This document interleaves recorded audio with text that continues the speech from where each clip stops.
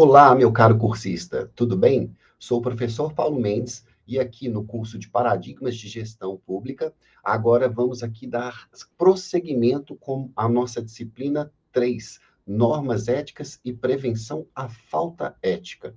Bom, nessa primeira aula, vamos abordar aqui os fundamentos éticos do serviço público. Então, nesse sentido, começo aqui fazendo uma indagação. Qual que é a relação da legislação na administração pública com a ética?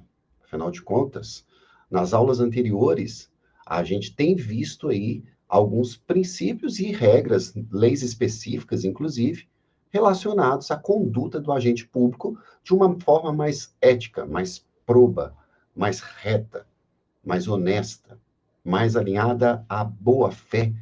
Então, pergunto, qual é a relação? Já que entre normas, regras e normas, princípio, muitas das vezes essa ação ética do servidor, ela é pautada exatamente em princípios. Do LIMP, aqueles princípios expressos no nosso artigo 37 da Constituição Federal de 88, eu destaco aqui a impessoalidade, a moralidade e a publicidade.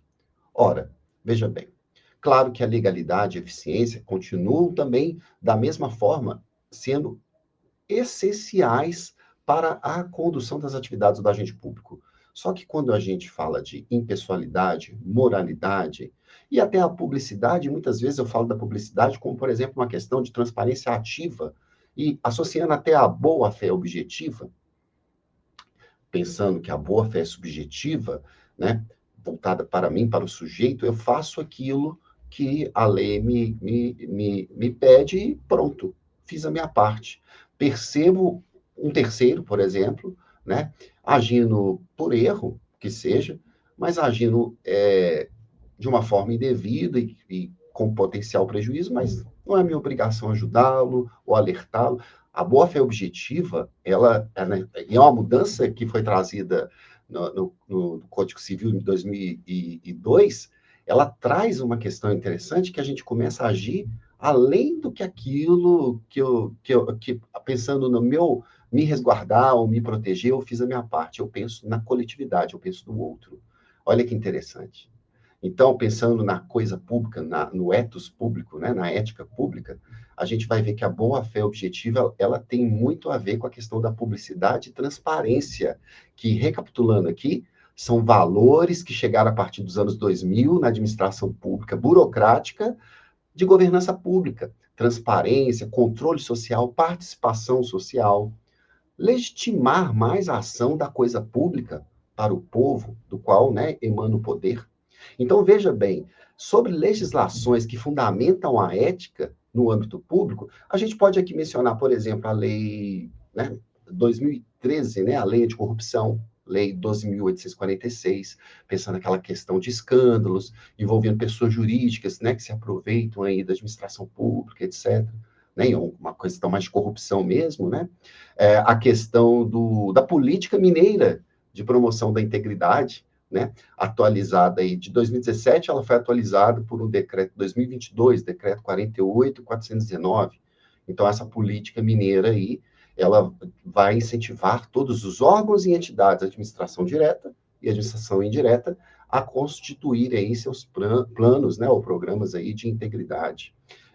A lei federal, né, 14.457 de 2022, programa Emprega Mais Mulheres, né, que traz aquela mudança para incorporar na CIPA ali aquela questão do assédio moral, né, dos assédios, isso é uma coisa muito gravíssima, então, assim, impactante. E a questão do assédio, por falar nisso, que é a forma mais comum de manifestação aí, né, de uma falta ética, é algo que já é trazido em Minas Gerais pela Lei Complementar 116, né, ela já traz essa questão da caracterização do assédio horizontal, vertical ascendente, vertical descendente, né, relação de chefia ou subordinado assediando chefia, e ela traz uma atualização interessante, que é a Lei Complementar 179 de 2024, que é a Lei Rafaela Drummond, né, em homenagem àquela escrivã da Polícia Civil, né, que faleceu, por questões de assédio. Olha que interessante.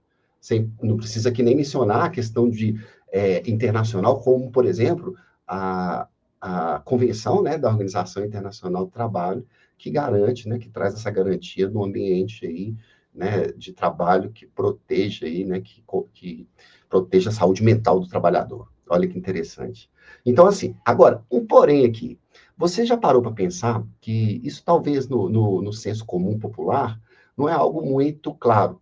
Existe uma diferença entre ética, moral e até entre direito. O direito, ele vai ter algumas regras, normas, né, que são de cunho moral, outras não.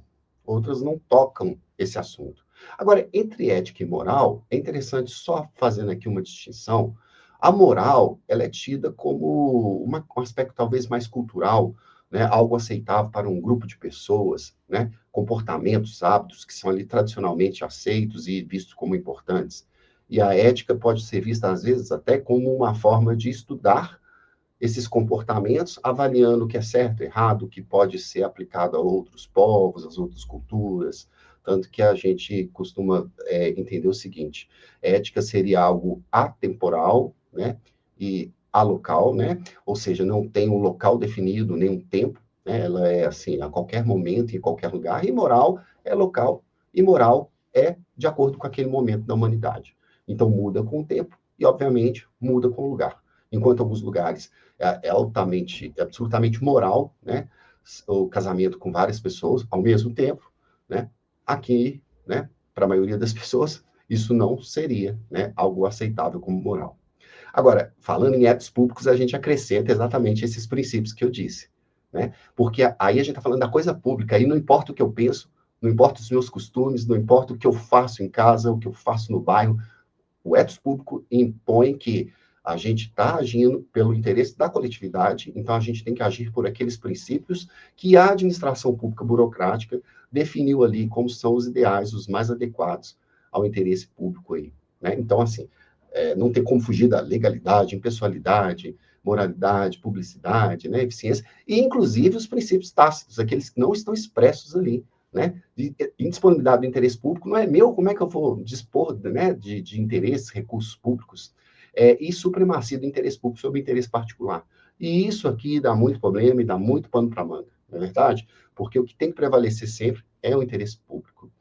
Eu costumo muito dar oficinas de negociação, gerenciamento de conflitos, relações de conflitos pessoais na administração pública, que geralmente apontam ali, despontam, né, interesses particulares, mas o interesse público tem que prevalecer. Agora, saber usar isso, saber trabalhar isso com uma escuta ativa, uma comunicação não violenta, você tem muito mais sucesso, não é verdade?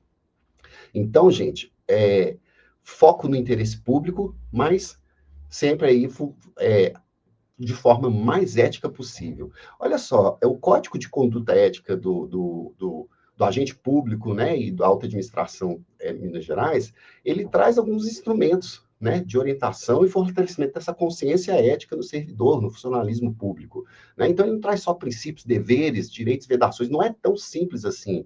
Ele traz uma postura que é um instrumento, na verdade, pedagógico. Ele educa, né? Ele quer consolidar uma cultura organizacional no Estado mais ética, né? As pessoas têm que ser mais éticas.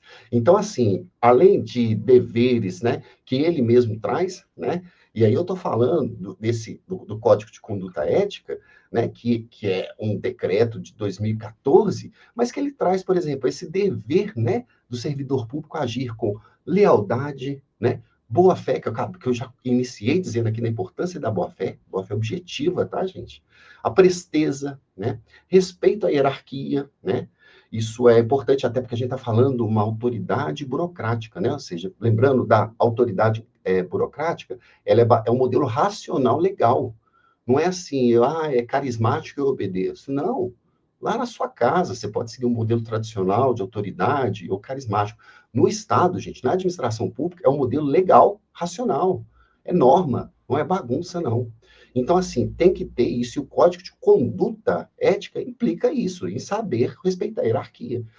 Não é obrigado a cumprir comando ilegal, obviamente, é protegido, né? Mas você tem uma hierarquia e tem que respeitar, né? Mas tem os direitos também, dignidade da pessoa humana, ninguém vai te tratar como objeto ou como animal.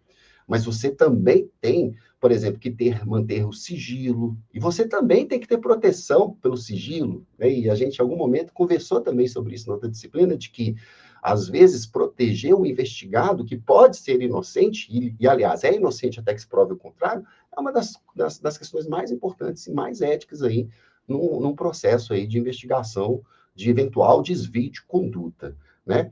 Mas, por exemplo, a gente não pode aceitar, e o Código de Ética traz isso, né? A questão de favorecimentos pessoais, né? Uso indevido do cargo para benefício de imagem, não é só a legislação eleitoral que trata disso, não, ou de improbidade administrativa. A questão de uso de imagem, né? Desvia, olha só, desvia o interesse público pelo meu interesse particular. Tá ok? Ó, fica com a gente aí.